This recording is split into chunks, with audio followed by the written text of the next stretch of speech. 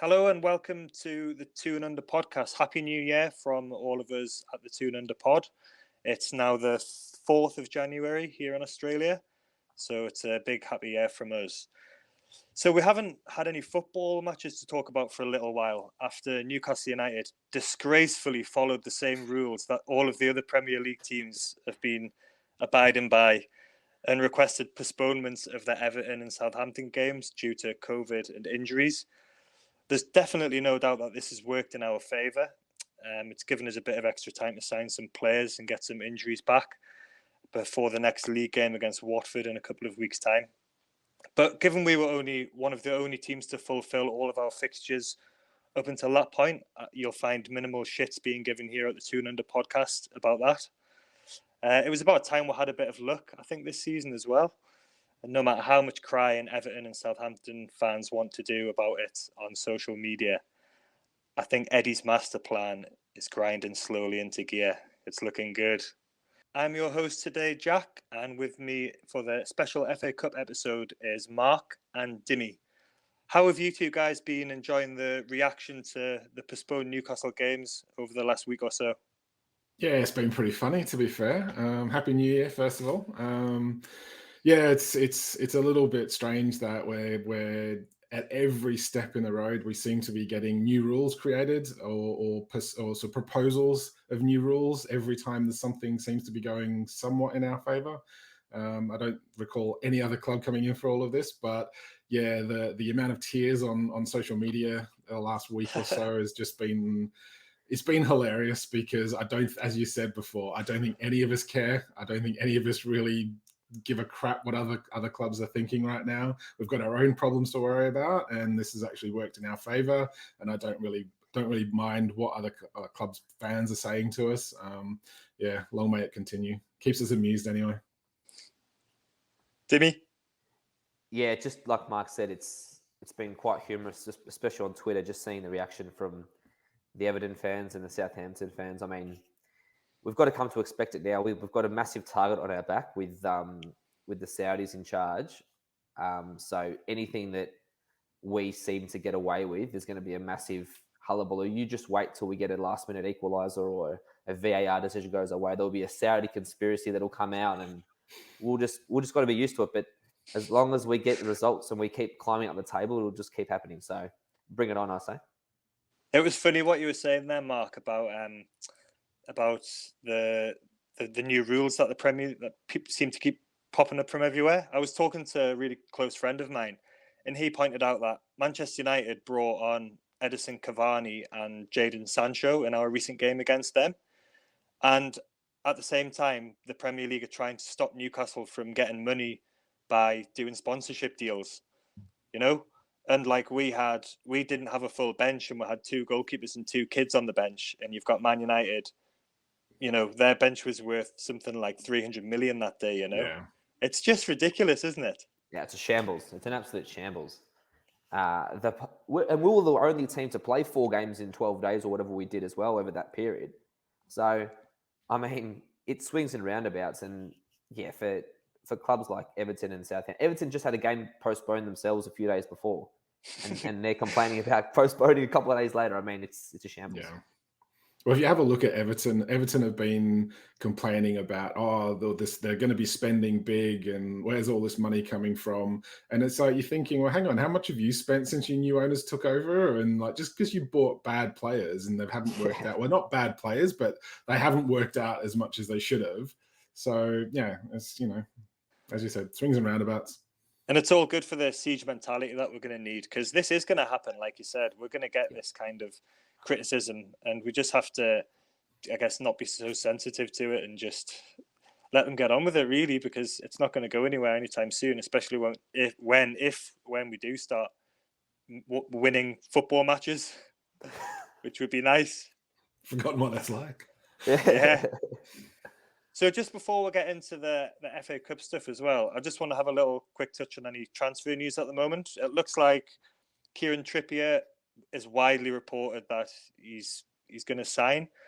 I wrote an article a week or so ago about ITK culture. I absolutely can't stand it because it's just it makes my skin crawl. It's just, you don't know who these people are who are saying things on Twitter and who is saying what about the deal and how do they know this and everything.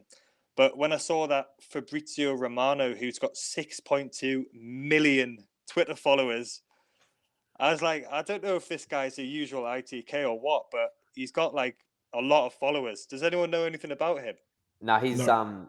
I do. He's top of the line. He's definitely not one of those mouth of the time or average ITK accounts who just make up things just for clicks. Usually the good sign on Twitter, if you see that blue tick verified, that's usually a good start. Yeah. And yeah, he's definitely got contacts everywhere, and if he puts something out, I'd be fairly confident. Yeah, like you said with Trippier, it's been widely reported now. It's not just the ITK accounts; it's everybody. So that's a good sign. There's a couple of Portuguese ones, who've got like 8,000 followers, and they're a bit like dodgy. But when I saw this guy tweeted, I was like, how do you even get that many followers? It's like Donald Trump or something. It's crazy. Sorry, go on, Doing Mark. something, right? Yeah, no, I was just going to say it's. I don't mind when you get some accounts that are just kind of like, they're retweeting things that they've heard. They've kind of just like, putting posts out of things they've read, the news, whatever. They're not like claiming it's their own, but yeah, it just, there's just a sea of noise out there at the moment of people who are claiming this, that, and the other. And, they've got like, less followers than I have sort of thing. And you're thinking, yeah, I'm not quite convinced. And I don't have many followers. So it's kind of, yeah. Yeah, your credibility is not quite up there with the likes of this guy. So, yeah. I don't know if there's been any other transfer news, has there, in the last day or so? I've not been really keeping a check on it. Just the bid they said they turned down for Botman from Lille. Our man Fabrizio, I think, reported that either this morning or late last night. But there's talk that we could be coming in with another bid later in the transfer. And I think that one's just going to be a bit of a back and forth with Lille. They're probably just holding out for a higher bid, more so not they're going to say, no, we don't want to sell him. I think they desperately need the money themselves. And French football has been struggling financially. So I think that one's a fairly decent chance. As long as AC Milan don't come up with the money, which I don't think they've got the money either, that one seems like it's got legs as well. You would think that sort of deal, I wouldn't ever expect somebody to accept the first amount that was tabled anyway. Least of all from us, where we've got cash to flash and we're desperate for players. So, they're obviously gonna try the water out and see what they can squeeze out. But there's talk that they're after 60 million. We offered 30 million, and realistically, it's probably going to be somewhere in the middle of there. And from all points where people have sort of given their opinions on him, he does seem like a top draw talent. So he's only 21, isn't he? So. Yeah, he's definitely one for the future as well. I think I pointed out on Twitter this morning, it's like someone was saying, oh, is he worth it? I'm like, look, we could pay 35, 40 million for him now. But, sort of 4 or 5 years time, he's probably worth 80, 90 because, somebody paid 80 million for a certain Maguire. So that's the British premium, isn't it, though? Yeah. Do you think fans are getting, because there's been a bit of stuff on Twitter about this, do you think fans are getting impatient and agitated, or is it a bit like one of those times when like people react to something that isn't actually happening and then that makes more noise than the thing that they say is happening? Do you see what I mean? Like a bit like when Eddie Howe came in and we lost the game and there was people arguing that he should not be sacked because there was a Howe out Twitter tag or something. But I don't actually know whether that actually did happen, and all the noise was coming from people who were arguing against that. So do you think people are getting a bit agitated and impatient, or do you think it's just sort of noise around that? I think you're always going to get one or two that are going to sort of have knee-jerk reactions to stuff, or they just do things for those likes and clicks and follows and just to kind of stir up a bit of a shitstorm, really. But most people I've seen are kind of, there's a little bit of concern of why we haven't had anything tabled and we haven't had anything like kind of firmly in place, ready to go just as soon as the window opened. And now we're kind of seemingly, I think we've seen people online where they've expressed concerns, not so much because of the way it's taking a few more days or something. I mean, it was like 3 days in, remember, but it's taking longer than we expected. I think most of us had hoped secretly that we would have the clock would have struck midnight and suddenly there would have been a player announced. But it doesn't always work that way. What I think has thrown a spanner in the works is the fact that he actually played the other night for Atletico. And it's kind of, it's clearly not as far along as it is claimed to be, because otherwise why would they risk losing him? It's like, well, because he's their player, and until there's a bid being tabled, why are they going to risk their league position? So yeah, I think there's a few people out there that do things just for reaction, and I think you got it right, because as I said, there's one or two comments about how out, but it's not like the vast majority of fans. And then I think what happens is the vast majority of fans then jump on that, and then it causes this big storm where people are literally arguing about all of the people having the same opinion, that this isn't the opinion you should have. So yeah. And it is Twitter as well, so you have to take everything with a bit of a pinch of salt. Sometimes I think we think that Twitter is representative of the fan base, and it really isn't. It's a small proportion of the overall fan base, I think. Yeah, so I think if we sign Trippier in the next few days, I think that'll calm a lot of people down, and it'll hopefully, I think because the Southampton game and the Everton game got postponed as well, it's probably given us a bit more leeway to get those signings in before Watford, which we've still got, I think, another 12 days before Watford game. So as long as we've got at least one or two signings in by then, I mean, Trippier at least, that's a start. So there isn't that immediate rush, because we didn't have those early games in January to get players in. Fingers crossed we actually get him signed up and he can be paraded around before the FA Cup game in front of a full house. If I'm talking to you guys again in 10 days and we haven't signed anybody, I'll start panicking. I'll start sending tweets to Murdad and Jamie Rubin and say, what's going on? So given that Newcastle have the FA Cup third round tie against Cambridge coming up on Saturday, and considering not even Dimi watches League One football, so we can't really preview that game in any detail. So what we've done is we've each picked one FA Cup game from Newcastle's history to look back on and reflect on. Some have been good. Actually, most have been not very good. And unfortunately, Bobby was due to be here today, but he's not very well. And the one that was going to be really good was the one he was going to talk about. So pretty much, if you want a cheerful, happy podcast, then maybe this one isn't the one for you today. But Newcastle do actually have a really proud history in the FA Cup. We've won it six times in our history, although not since 1955. But there have been some really memorable games, both that we have won and that we've lost. So we'll be back after this to look first. I'll be looking at the FA Cup semi-final we had against Chelsea in 2000. See you after this.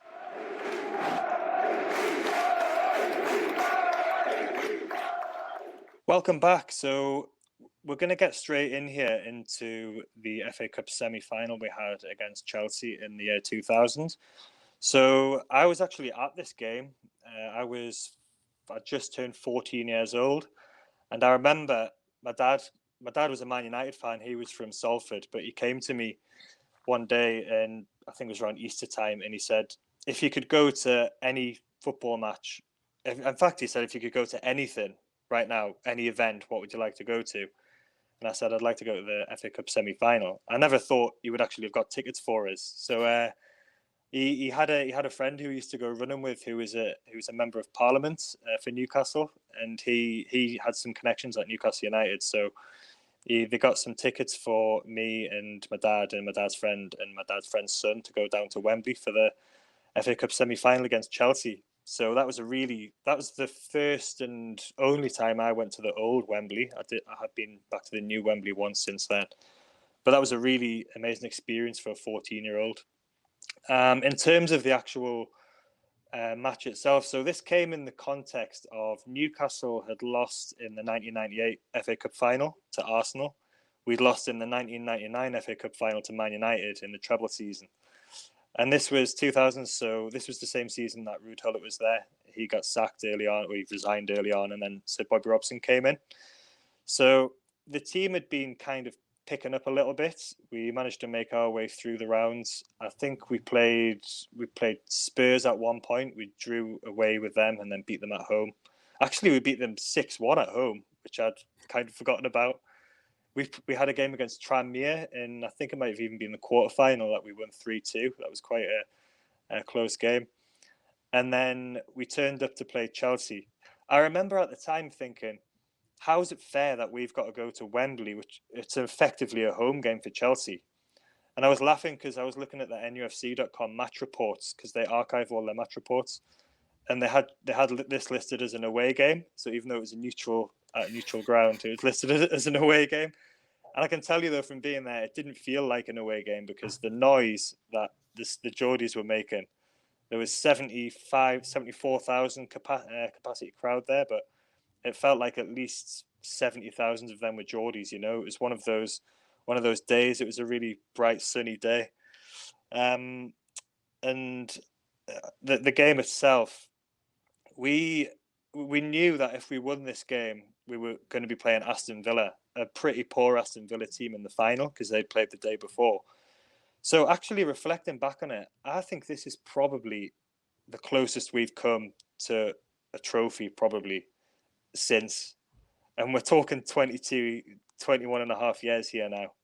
Maybe one of the UEFA Cup runs later on, I think potentially might have been a bit closer. But if we'd have beaten Chelsea this day, I am convinced that we would have beaten Aston Villa in the final. Chelsea beat them in the final. And the game itself, I remember we just played so well. We deserved to beat Chelsea. Gustavo Poyet, he always seemed to score against us. What is it? Newcastle have these players where they just always seem to score against us. And Poyet was one of them. And little did we know he was going to end up managing Sunderland as well in the future. But Chelsea had a team that had a really strong team. They were managed by Vialli, but they had Frank Leboeuf, Marcel Desailly, they had Di Matteo, another Newcastle favourite, Dennis Wise, who was there in the midfield. They had Didier Deschamps, they had Poyet, they had George Weah up front as well, and Chris Sutton. So I know that George Weah wasn't big success at Chelsea, and Chris Sutton definitely wasn't, but the team was absolutely laced with quality. And I remember they were also doing quite well in Europe at that point. So it was definitely not an easy game. It was pre-Abramovich, obviously, and Chelsea weren't what they would go on to become, but they were still a pretty big team. And Newcastle's team, I was looking through the Newcastle team as well. And what just really struck me about this was a team full of proper men. Because you had Alan Shearer and Duncan Ferguson up front together, at least for 38 minutes until Big Dunk went off. You had Gary Speed in midfield and Rob Lee in midfield. Rob Lee had been brought in from the cold from Ruud Gullit.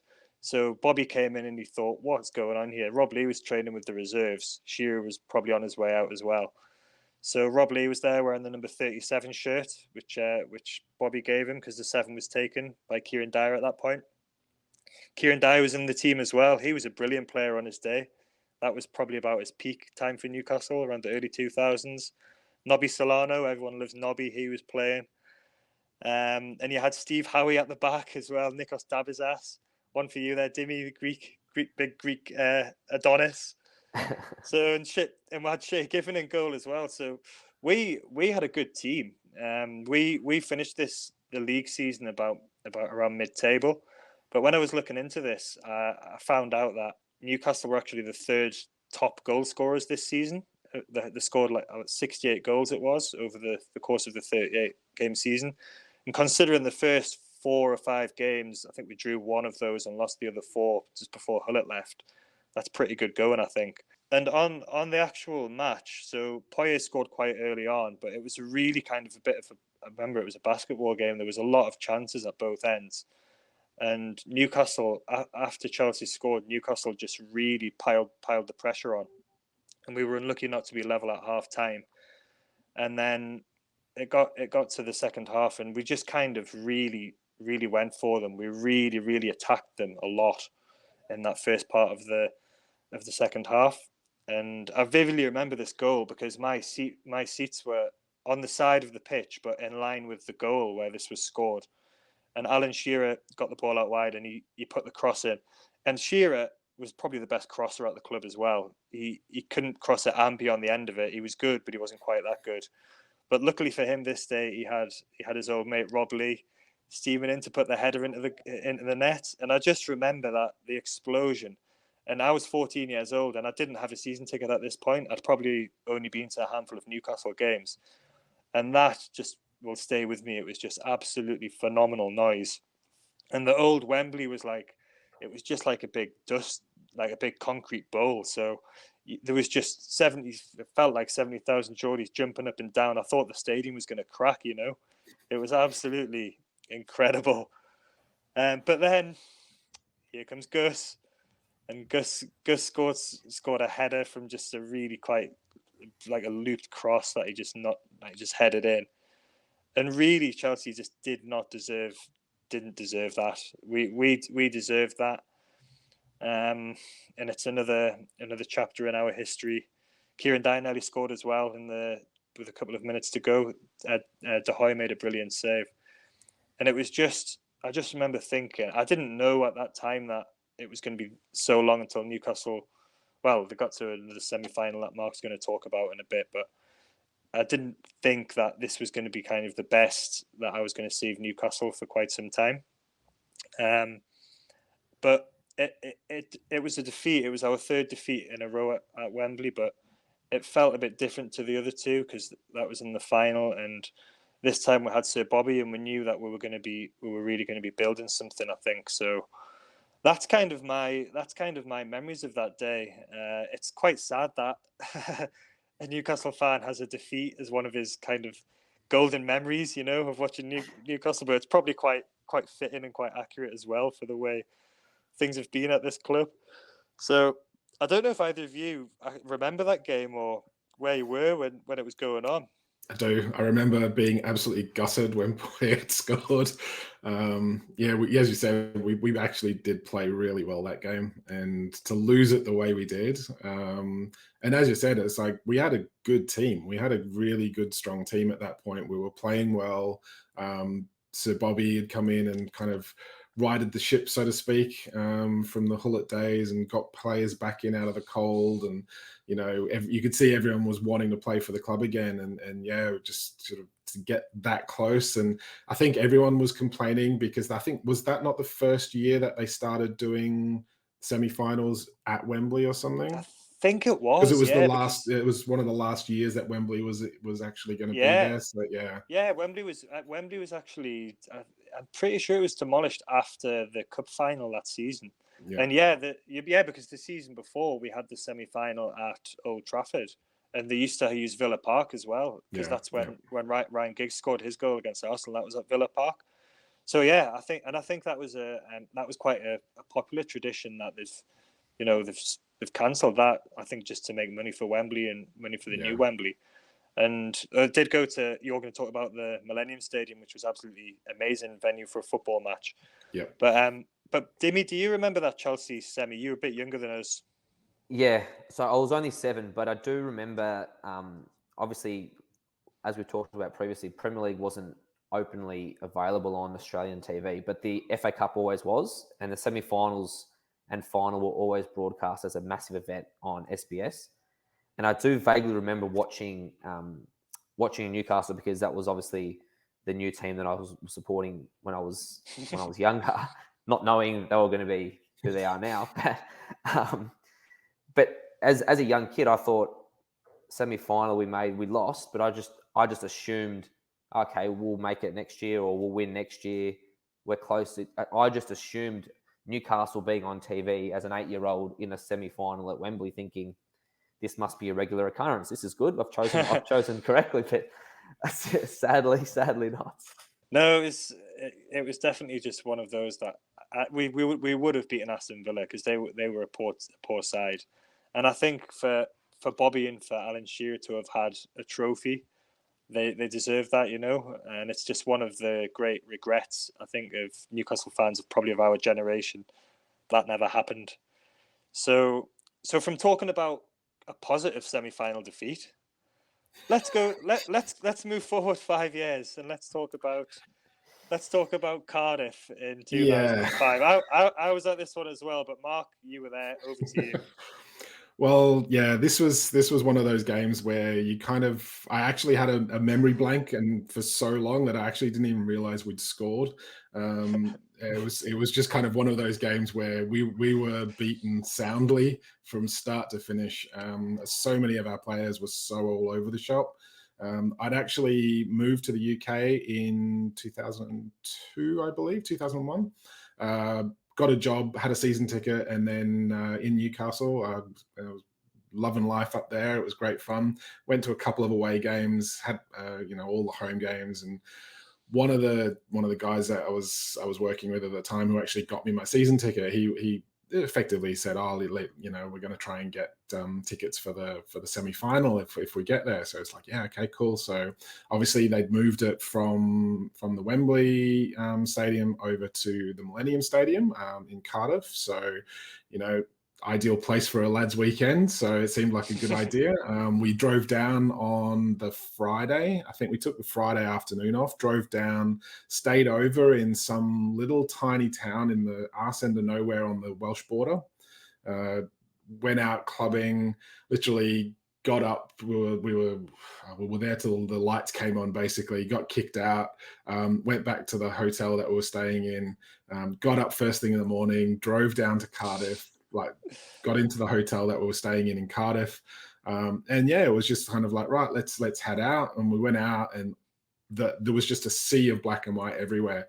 And that was kind of like the first big away game that I'd been to. And as I said, I mean, there was that basically overtook the castle moat. There was just black and white shirts everywhere, basically booing the Man United bus and cheering the Newcastle bus as it went past. We ended up in the ground, and I think it came down to the fact that we weren't playing well, because this was after Graham Souness had taken over. The rot had definitely started to set in by then, and the fact that we got to a semi-final was, I think, pretty shocking for most of us at that point. But we had, we've got Shearer up front. We still had Robert. We had Milner. We had Shay Given in goal. We had Patrick Kluivert on the bench. Yeah. We had some decent players in there, but the rest of the side was pretty mediocre at best. And when you look at the Man United side that we were going against, you're talking Van Nistelrooy, Rooney, Cristiano Ronaldo, Paul Scholes, Roy Keane, Ferdinand, Gary Neville. It was just sort of like they had Ryan Giggs on the bench to come on. It was just one of those games where we haven't got a hope here. So we went out, and we just went out, had a few beers, went to the ground, got in, got our seats, and it was just rocking with the Newcastle fans from before the first whistle. Everyone was fully behind it, and it's kind of reminiscent of how it is now, where the fans are just behind the club no matter what. Didn't matter how we were playing, still going to support the team. And it was just fantastic to be there. The atmosphere was insanely good, other than every time Nicky Butt got the ball after he gave it away for one of the goals. So, I mean, we were 3-0 down. We 1-0 down in the first half. I think we conceded another 2. So was it who scored first? So Van Nistelrooy scored first from a Cristiano Ronaldo cross. I am reading notes here because I can't remember all the details.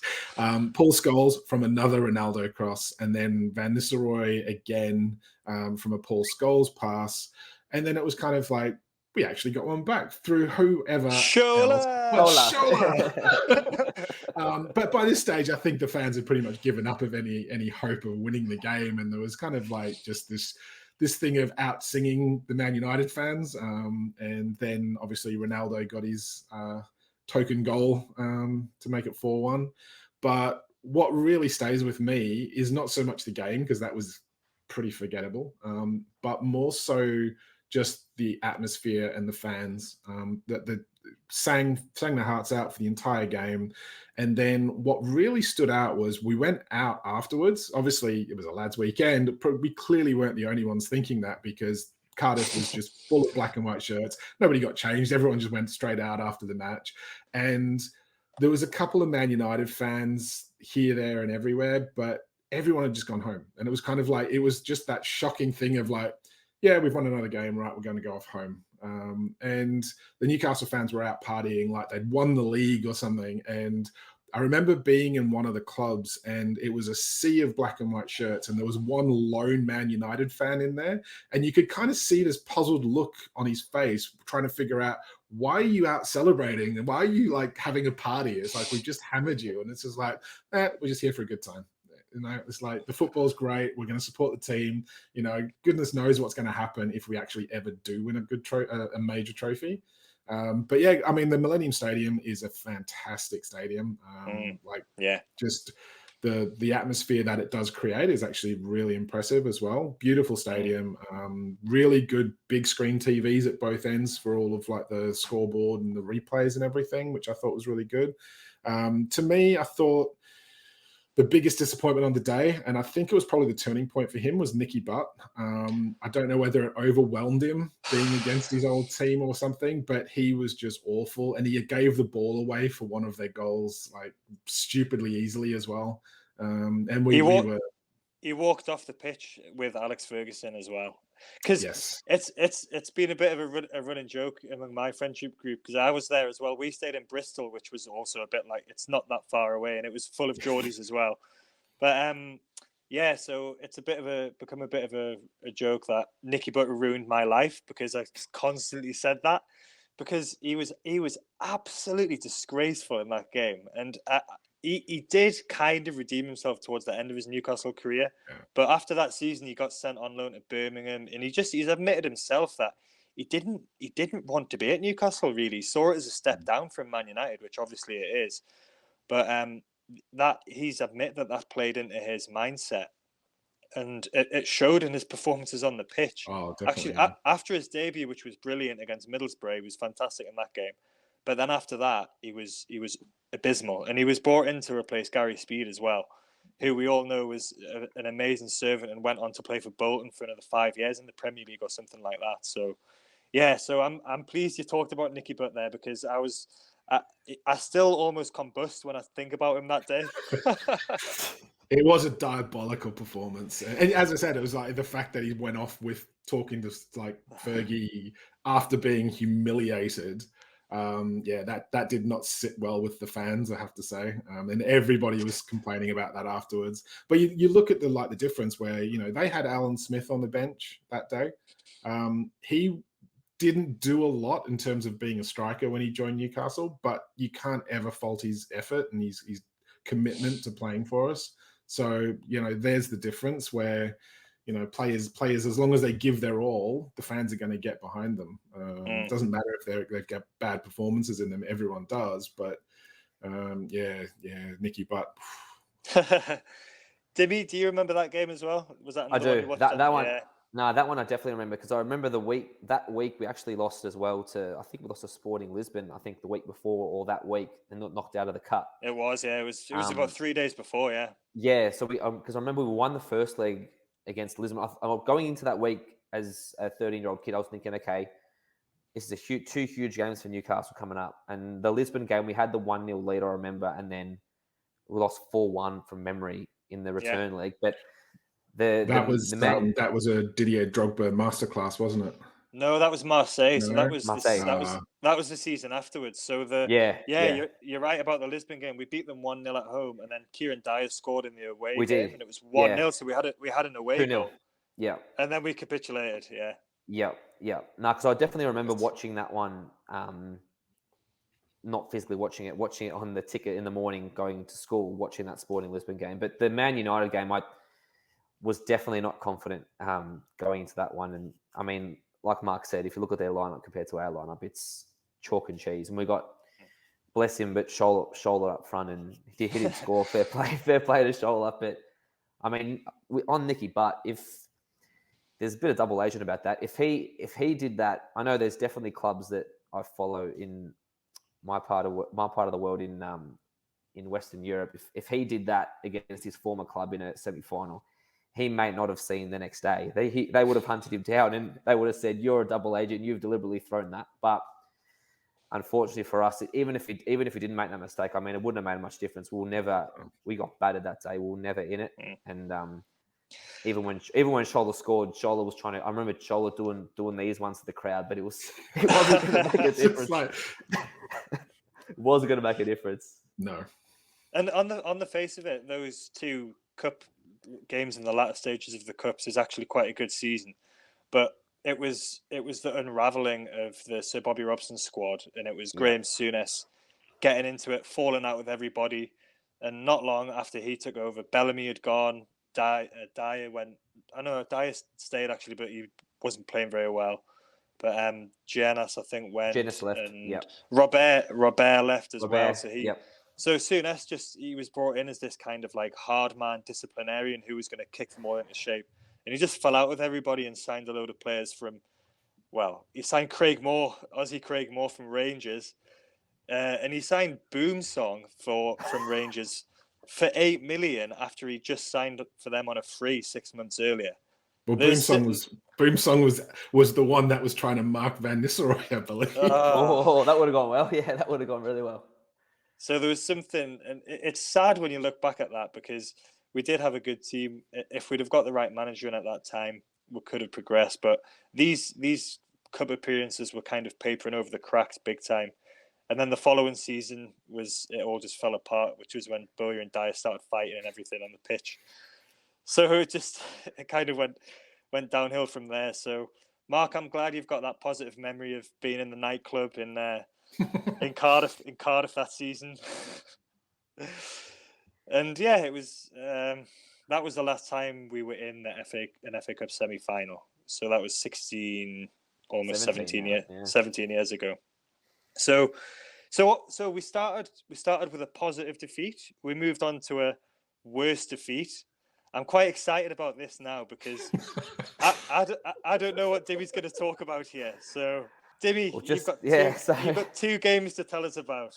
Yeah. Go. So since obviously my games are both in the infamous Ashley era, so obviously there's not too many to pick from, but there's two definitely infamous games that really stick in my memory. The first one was 5 years after that semi-final, when we travelled down to League Two, powerhouse Stevenage, and on a Saturday night on Sky Sports or BBC Sport over in the UK. And I remember watching it on ESPN back here and thinking, Stevenage, who is Stevenage? I don't even know who they were. I couldn't name any of their players.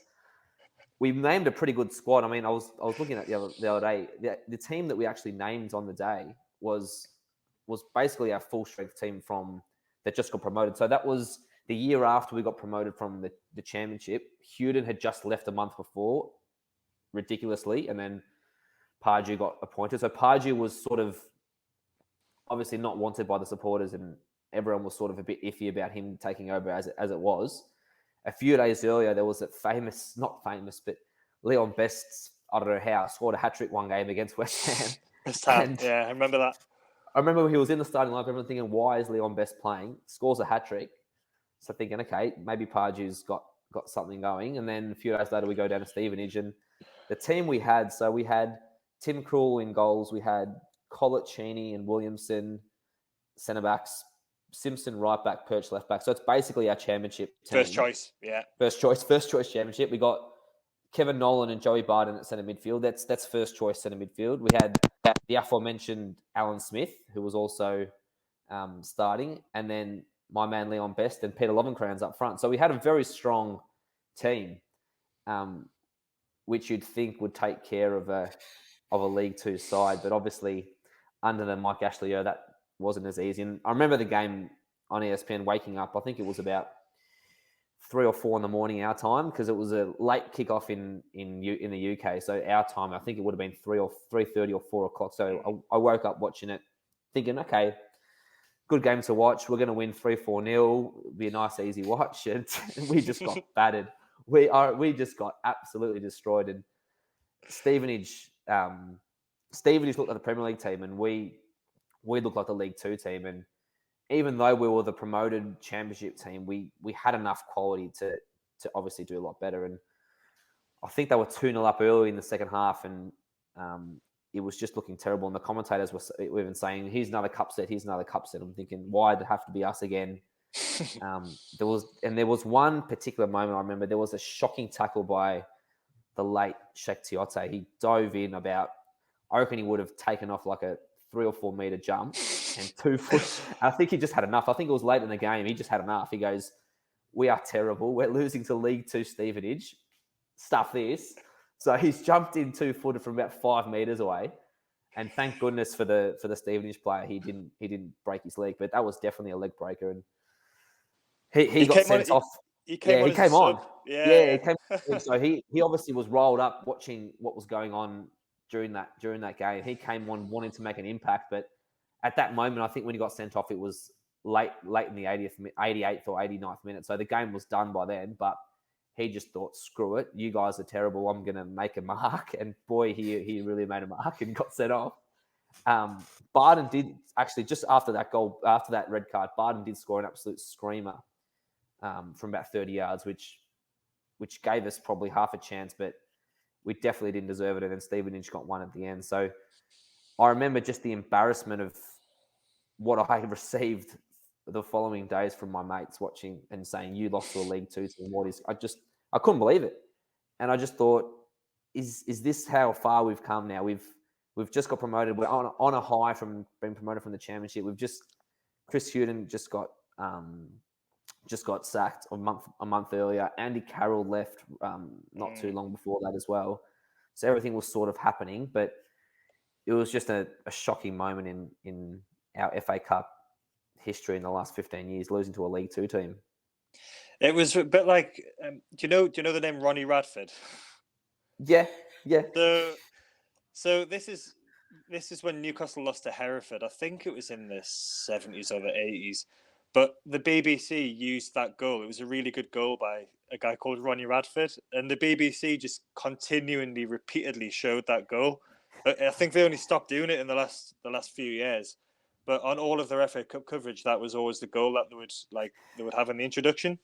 And it was shades of that, because we were completely outplayed by League Two Stevenage. It was just embarrassing. And it was at that time as well where people were a little bit unhappy because nobody wanted Pardew, and Hughton was really popular and he'd been sacked. So it was just like, what's the point in this? Like the FA Cup is the one of the two trophies we've actually got a chance of progressing in. So yeah, to go out like that was absolutely embarrassing.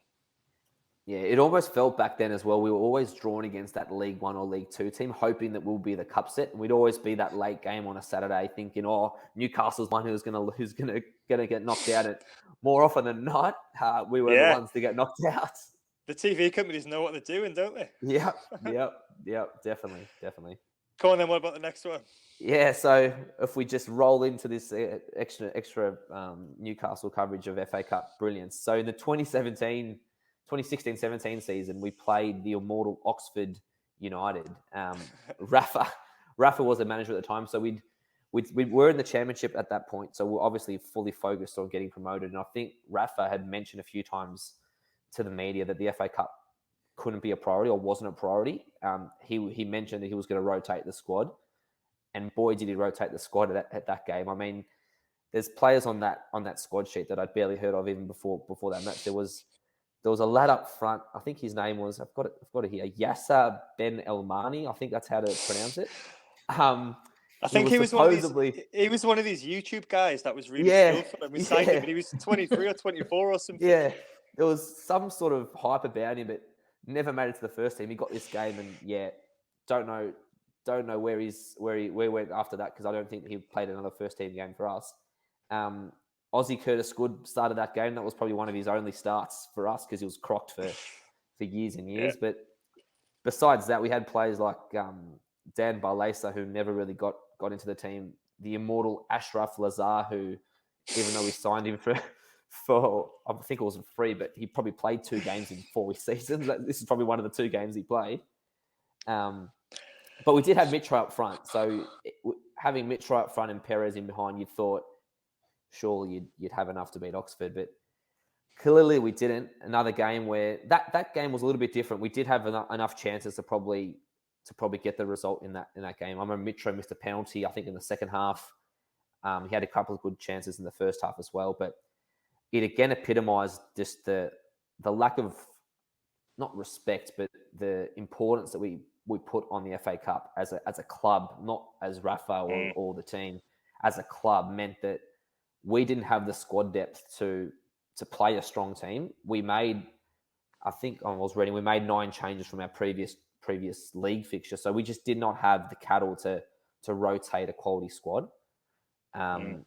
And it showed, and it's unfortunate because when you're drawing a League One team like Oxford were back then, you'd hope that's an easy victory and you move on to the 5th round. Then that was a 4th round tie, so that would have been to the 5th round. So you'd hope you could manage that, but obviously back then, and we didn't have the resources under good old Mike, who had our squad very, very thin. Well, that was chronic Ashley though, wasn't it? Because it was bare minimum, let's get sort of 11, 12 players that might squeeze us through to promotion or safety. And the rest was just made up of literally either random youth players or just bargain basement free signings or something. And it was just, we had no squad depth. And we still don't. That's the problem. Rafa enjoyed making a statement, didn't he, with his team sheet? So he was great, and we love Rafa, but he definitely is a very political operative, and he loved making a statement saying, "I need more players." Even though he signed Lazar, he's like, "Look how bad we are. We've got to play Lazar." It's like we also played. There was on the other side, we played this bloke called Jesus Gomez. I don't know if you guys remember him. Yeah. He was another one signed as a fullback, and I reckon him and Lazar between them, they wouldn't have played 10 games. They were absolutely trash. So it was funny because Rafa went crazy that summer because he was allowed to, because we sold Sissoko and Wijnaldum, so we had money, and Ashley was desperate to get promoted and not stay in the Championship. So he was actually backed, but it just meant that we ended up with players on the books for ages who were just not good, because we signed them, we couldn't get rid of them.